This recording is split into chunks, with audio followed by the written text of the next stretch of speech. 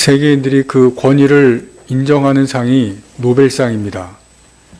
그리고 종교인들이 상 중에서 권위 있는 상을 말하는 것이 템플던 상입니다. 언론 분야에서 주는 상 중에 권위 있는 상을 풀리처 상이라고 합니다.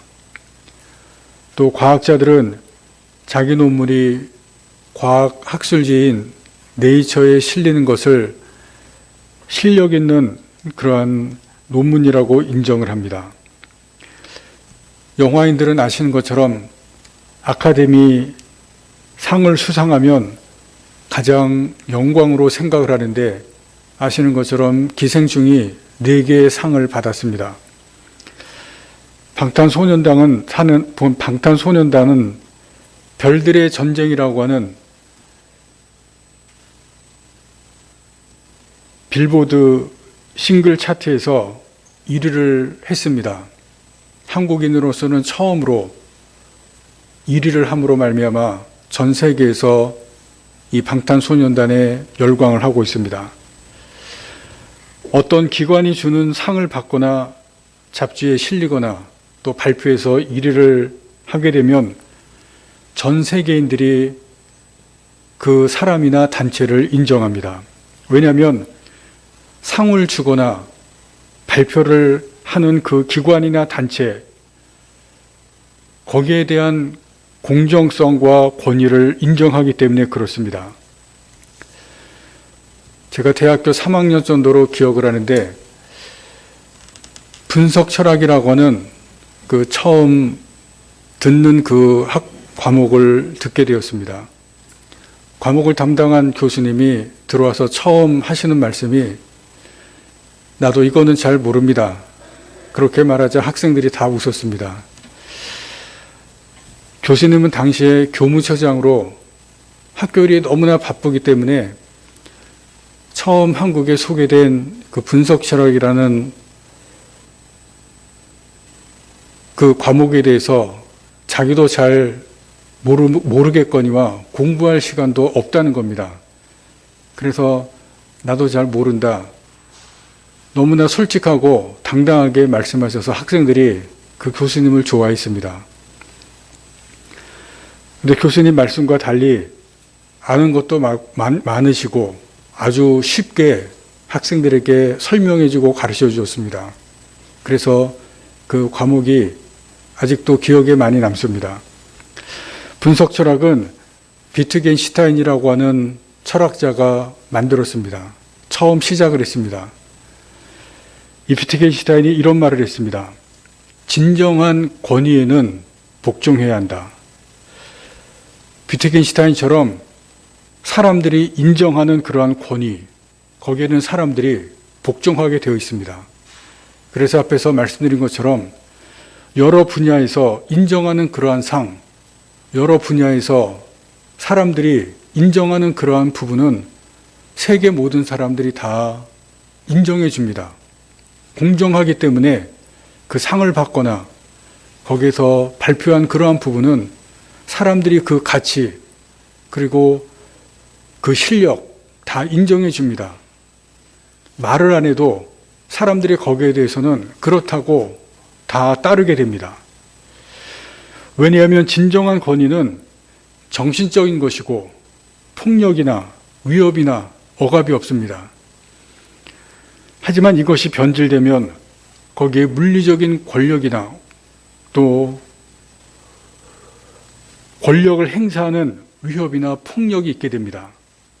그것을 우리가 아는 것처럼 권위주의 혹은 권위적이다, 그런 말을 합니다.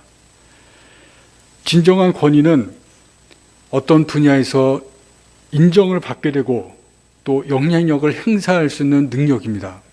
그것이 진정한 권위입니다. 사람들이 그 영향력과 능력을 공정하게 인정해 주게 됩니다. 그래서 사람들이 스스로 그것에 대해서, 그 권위에 대해서 복종하고 따르게 됩니다. 오늘 본문에 보시면 종교 지도자들이 예수님의 권위에 도전합니다. 오늘 본문을 넘어서 12장에 가시면 12장에서도 계속해서 예수님의 권위를 도전합니다. 그 도전은 이렇게 나옵니다. 오늘 본문에 예수님의 권위의 출처에 대해서 따집니다. 28절 말씀을 다시 봅니다. 이르되 무슨 권위로 이런 일을 하느냐? 누가 이런 일할 권위를 주었느냐? 무슨 권위? 어디에서 이 권위가 너한테 주어졌느냐? 예수님의 권위를 따지고 묻습니다. 그리고 12장에 가면은 예수님에 대해서 세금 문제를 가지고 가이사에게 세금을 바쳐야 되냐, 그렇게 시험을 합니다. 그리고 부활 문제에 관해서 질문을 제기합니다. 부활이 정말 있느냐? 교묘하게 예수님을 모함합니다. 모두 다 예수님의 권위에 대한 도전입니다. 그런데 여기에는 의도가 있습니다. 예수님이 선지자로, 또 사람들에게 선생으로, 그리고 능력자로 인정을 받는 그 예수님의 권위를 땅에 떨어뜨리려고 합니다. 그리고 함정에 빠뜨려서 죽일 명분을 찾으려고 하는 것입니다. 그런데 오늘 12장, 오늘 본문부터 12장까지 보시면 놀라운 것은 예수님이 이들의 권위에 대해서 도전을 받을 때 물러서지 않는다는 것입니다. 오히려 예수님 당신의 권위로 맞서십니다. 전혀 의외의 모습입니다. 전에는 예수님이 권위를 드러내신 적이 없습니다. 그러나 당당하게 예수님의 권위로 맞서시는 모습을 보여줍니다. 전혀 의외의 모습입니다. 당당한 예수님의 태도는 당신의 권위에 대해서 강력하게 말씀하시는 것이 있습니다. 예수님의 권위에 대해서, 예수님이 가지는 권위에 대해서 이것이 무엇인지, 또 예수님의 이러한 태도에 대해서 우리에게 말씀하시고 가르쳐 주시고 보여주는 것이 있습니다. 첫 번째는 어느 누구도 예수님의 권위에 도전할 수 없다는 것입니다. 예수님의 권위에 도전하는 것을 예수님께서 용납하지 않으시는 것을 말씀하시고 보여줍니다. 12장에 가서 1절에서 12절까지 포도원 비유가 나옵니다. 이 포도원 비유는 주인이 농부들에게 세를 주고 멀리 타국에 떠나고, 그리고 그 농부들이 이 주인이 세를 걷기 위해서 사람들을 보내고 종을 보내는데 무시하는 그러한 비유입니다. 아들을 보내는데 농부들이 아들을 죽이는 그러한 비유입니다. 이 비유는 세 가지를 알려줍니다. 첫 번째는 주인의 권위에 도전하는 세력이 있다는 것입니다. 농부들은 주인으로부터 임대를 받았습니다. 주인이 세를 준 것, 임대를 한 것입니다. 그리고 농부들은 주인을 분명히 압니다. 자기들에게 세를 주고 자기들이 임대를 받았기 때문에 거래가 있고 계약이 있었습니다. 그러나 주인이 외국에 가고 없기 때문에 주인을 무시합니다. 지금 여기 주인이 없고 자기들의 누인이 눈에 보이지 않고 자기들만 있기 때문에 주인이 종을 보내서 세를 받으려고 할 때 말이 먹혀들지를 않습니다. 눈에 보이지 않으니까 주인의 권위가 없는 것입니다. 종들을 보내고 아들조차 보내도 아무런 소용이 없습니다. 주인에 대한 도전이고 주인의 권위에 대한 도전입니다. 주인의 권위에 도전하는 세력이 있다는 것을 보여줍니다. 인류 역사는 하나님에 대한 도전이고 하나님 권위에 대한 도전입니다. 그것을 이 비유로 보여줍니다. 하나님 자리에 대한 도전이고 하나님 권위에 대한 도전이 바로 인류 역사의 도전입니다. 여러분, 아담이 선악과를 따먹을 때 뱀이 아담에게 한 말이 있습니다. 창세기 3장 5절을 보시면 뱀이 내가 선악과를 따먹으면 하나님과 같이 되어, 아주 중요한 말을 합니다. 하나님과 같이 된다. 바벨탑을 쌓을 때 사람들이 한 말이 있습니다. 탑 꼭대기를 하늘에 닿게 하여 우리 이름을 내고, 탑 꼭대기를 하늘에 닿게 한다. 우리 이름을 낸다. 그리고 하나님과 같이 된다. 여러분, 이것이 무엇입니까? 사람들은 처음부터 하나님과 같이 되려고 하고 하나님 자리를 탐했다는 것입니다. 하나님에 대한 도전이고 하나님 권위에 대한 도전이라는 것을 보여줍니다. 처음부터 시작이 되고 역사가 계속될수록 그렇게 되고 오늘 이 시간도 계속되어지는 것을 성경은, 역사는 우리에게 보여줍니다. 이 비유가, 예수님의 비유가 그것을 말씀합니다. 두 번째는 하나님에 대한 권위에 대해서 도전하는 세력들이 마음대로 하는 시기가 있다는 것을 말씀합니다. 주인이 타국에 가 있는 동안 농부들은 자기들 세상이었습니다. 주인이 없기 때문에 주인이 없는 것, 그것을 알고 자기들 세상으로 살았습니다. 지금 이 세상에 하나님이 보이지 않습니다. 예수님도 오셨었지만 다시 하늘로 갔습니다. 주인 대신 주님이 이 세상에 없는 것 같습니다. 여러분, 그래서 이 세상의 사람들은 자기들이 주인 노릇을 하면서 살아가는 것을 우리가 지금 보고 있습니다. 우리도 신앙을 가지고 있지만 잠시 우리가 생각을 잘못할 때 우리도 내가 주인인 것처럼 살아갑니다. 맡겨진 재산을 내 소유로 착각하고 맡겨진 일들을 내 일처럼 착각하면서 살아갑니다. 여러분, 그래서 지금 우리가 뉴스에서 보는 대표적인 일이 뭡니까? LH 직원들이 하는 것처럼 LH 직원들이 한 일, 그런 일이 벌어지고 있습니다. 세 번째로 이 비유에서 가르쳐 주는 것은 주인이 돌아올 때가 반드시 있다는 것입니다. 주인의 권위를 행사할 때가 반드시 있다는 것입니다. 그때 종들은 그 권위 앞에 엎드려질 것이고 그 권위에 따를 수밖에 없다는 것을 보여줍니다. 이 비유에서 주인이 돌아와서 권위에 도전했던 농부들을 심판합니다. 12장 9절 말씀을 보겠습니다. 12장 9절입니다. 포도원 주인이 어떻게 하겠느냐? 와서 그 농부들을 진멸하고 포도원을 다른 사람들에게 주리라. 주인이 농부들을 진멸하고 포도원을 다른 사람들에게 주는 것은 예수님의 권위에 대해서, 주인의 권위에 대해서 도전했기 때문에 그렇습니다. 그래서 주인이 반드시 돌아오고 권위에 도전한 사람들을 심판할 때가 온다는 것입니다. 우리에게도 주인이 있습니다. 세상에 주인이 있고 소유와 일과 직분을 맡겨주신 주인이신 주님이 우리에게도 있습니다.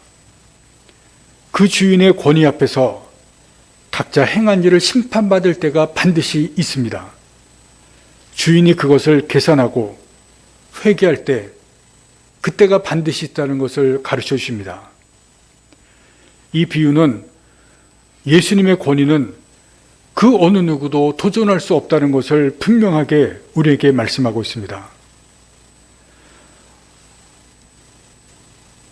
하나님께서 사람을 창조하신 그때부터 사람들은 하나님의 권위, 하나님의 자리에 대해서 도전해 왔습니다. 그런데 지금 이 시대에도 하나님에 대해서 도전하고 있습니다. 그런데 하나님께서 그것을 보고 계십니다. 두려운 것은, 여러분, 무서운 것은 하나님이 그것을 그냥 두고 계시다고 하는 사실입니다. 아직은 심판의 때가 아니기 때문에 여러분, 무서운 것은 그냥 두고 계시다고 하는 그 사실이 무서운 것입니다. 하나님의 권위에 도전하는 것은 인간 스스로 몰락의 길을 걷는 것입니다. 여러분, 우리가 그것을 알아야 됩니다. 주인은 반드시 계시는데 그 권위에 하나님께, 주인에게 도전하는 것, 그것이 분명히 있고, 여러분, 그것을 하나님은 심판의 때까지는 그냥 두고 보십니다. 두 번째, 예수님께서 우리에게 가르쳐 주신 것은 예수님의 권위는 모든 것을 깨뜨린다고 하는 사실입니다. 예수님께서 비유를 말씀하시고 12장에서 시편 118편 22절 말씀을 인용하십니다. 12장 10절 말씀을 보시겠습니다. 12장 10절입니다.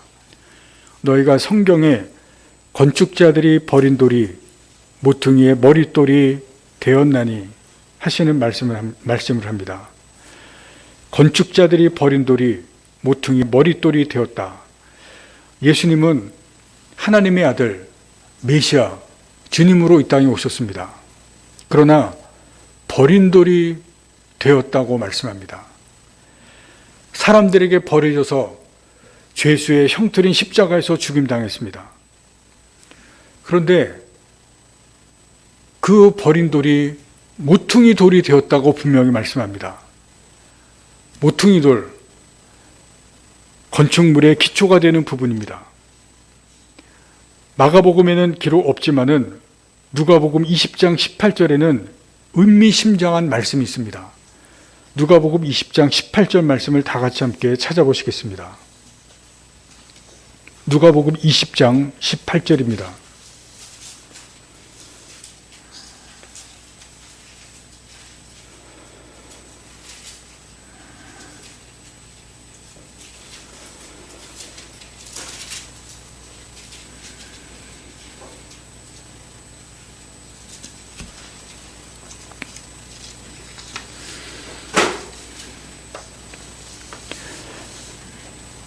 (20장 18절) 말씀 다 같이 읽겠습니다. 무릇 이 돌 위에 떨어지는 자는 깨어지겠고 이 돌이 사람 위에 떨어지면 그를 가루로 만들어 흩으리라. 예수님이 버려졌지만 여러분 그 돌이 모퉁이의 머릿돌이 되었습니다. 그런데 거기에서만 그치는 것이 아니라 이 돌 위에 떨어지는 자는 깨어지겠고 이 돌이 사람 위에 떨어지면 그를 가루로 만들어 흩으리라. 분명히 말씀하십니다. 예수님의 권위, 여러분 예수님께서 권위를 가지고 계시는 분인데 그 예수님의 모퉁이 돌이 된 그 돌, 여기에 떨어지는 자는 깨지고 이 돌이 사람 위에 떨어지면 그를 가루로 만들어 버리신다고 분명히 말씀합니다. 사람들이 이 땅에 예수님께서 왔을 때 다 무시했습니다. 그리고 예수님께서 버려지고 십자가에서 죽음을 당하십니다. 아무것도 아닌 것 같습니다. 그러나 예수님께는 하나님의 아들의 권위가 있고 메시아의 권위가 있고 주님의 권위가 있습니다.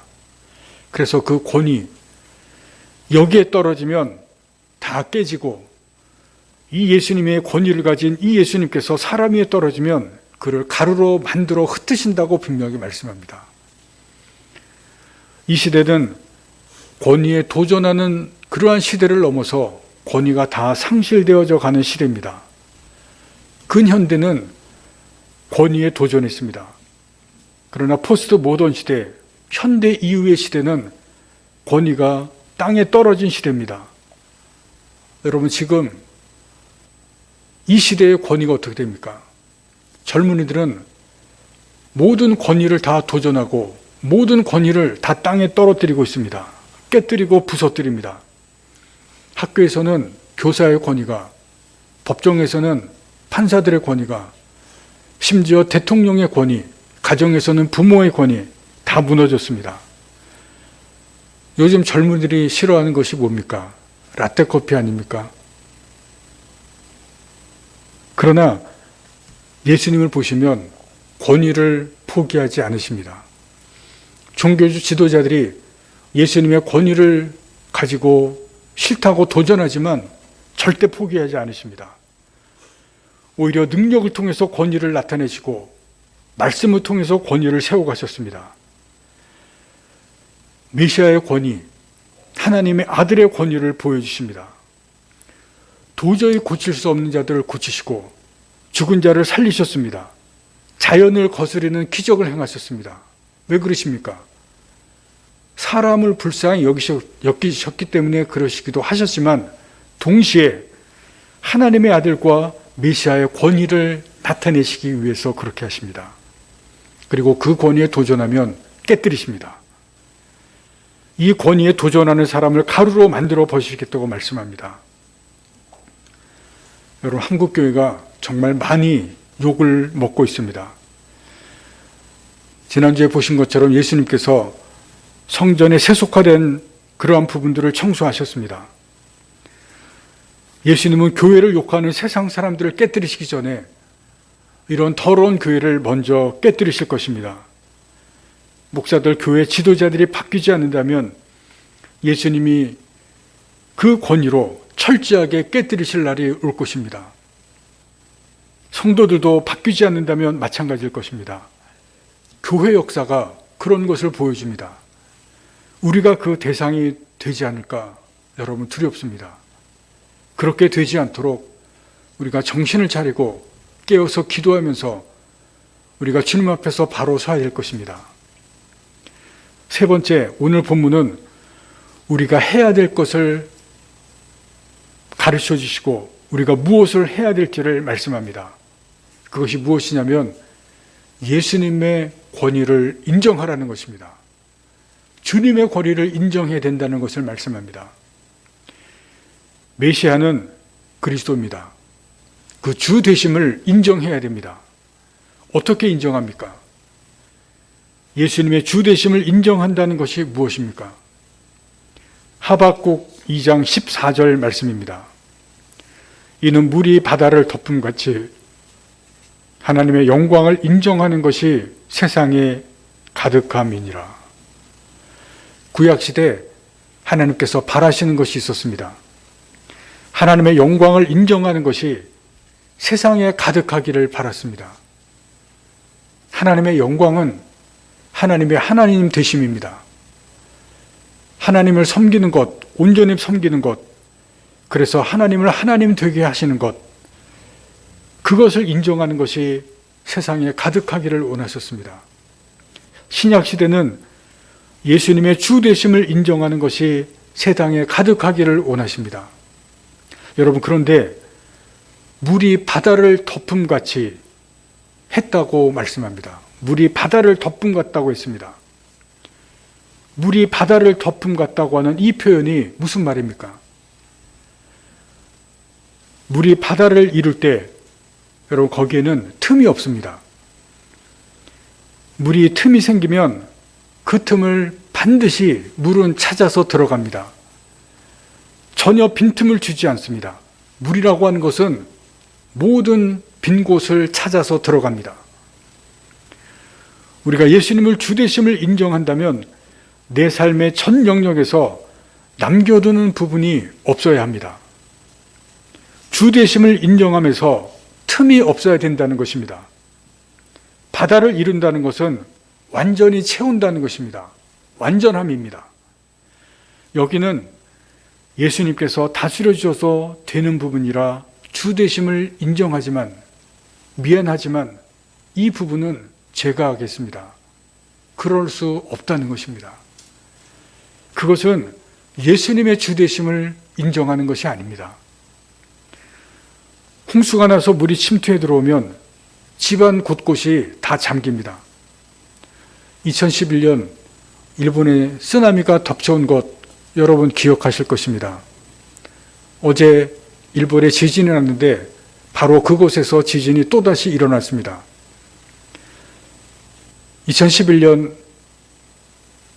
일본에 쓰나미가 왔을 때 유튜브에 수많은 동영상이 올라왔습니다.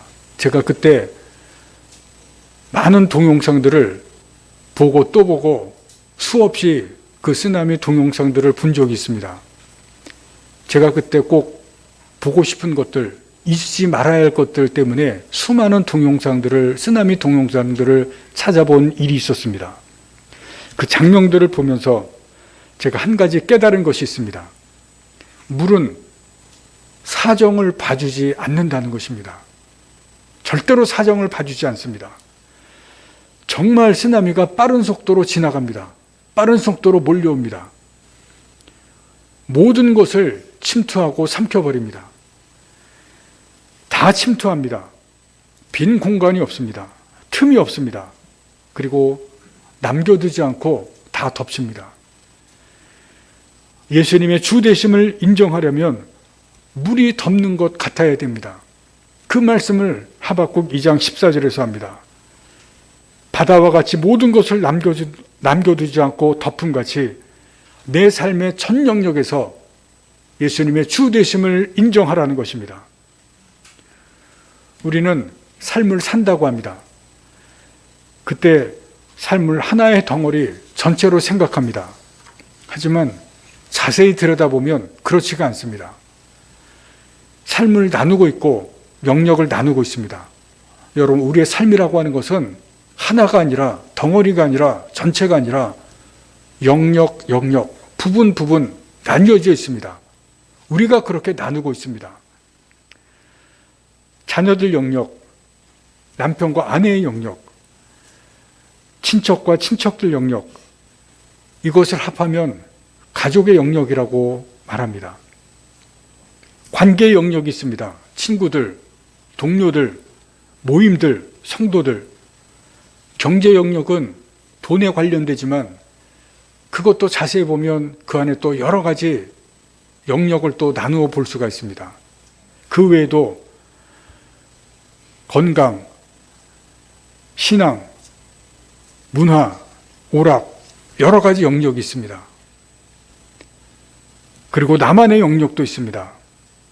아무에게도 말하고 싶지 않은 부분, 누구에게도 간섭받고 싶지 않은 그러한 영역, 나만의 영역, 그러한 부분도 있습니다. 예수님의 권위를 인정한다는 것은 이 영역들에서 어느 부분은 인정하고 다른 부분은 인정하지 않는 것이 아닙니다. 모든 영역에서 예수님의 주 되심을 인정하는 것입니다. 예수님께서 모든 영역에서 주 되시도록 하는 것입니다. 그것이 예수님의 권위를 인정하는 것입니다.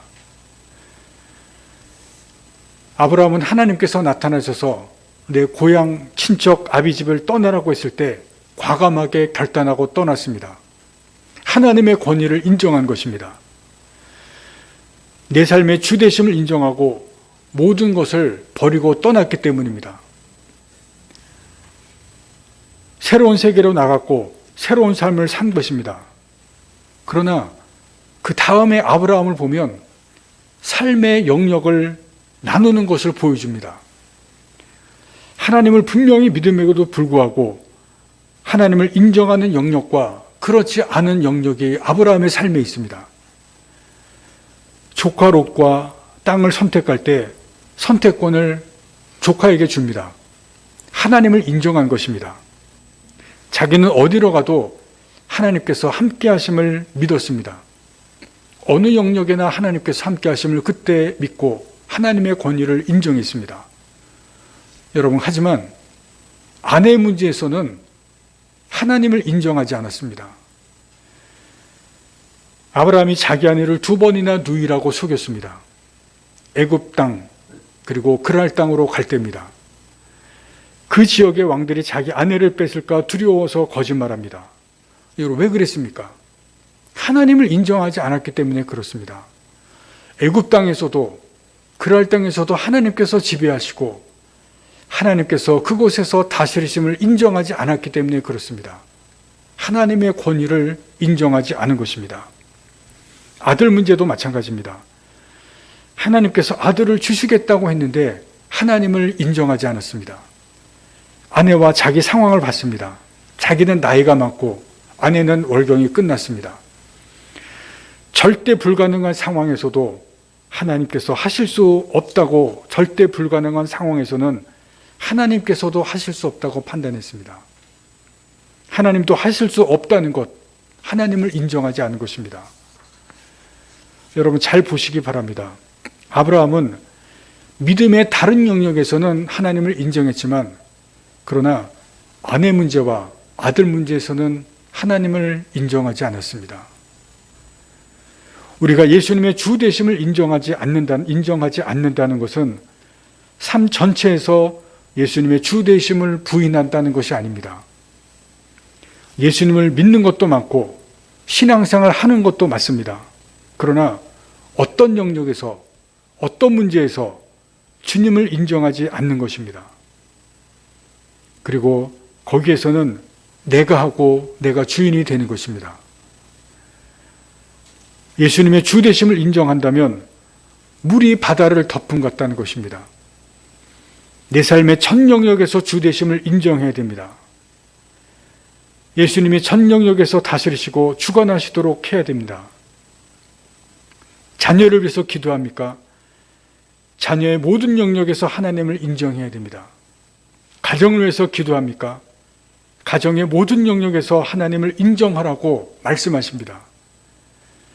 사업을 합니까? 그 모든 영역에서 주님을 인정하라는 것입니다. 청년들 미래가 불안합니까? 내 미래의 모든 영역에서 하나님을 인정해야 됩니다. 잠언 3장 6절 말씀입니다. 너는 범사의 그를 인정하라.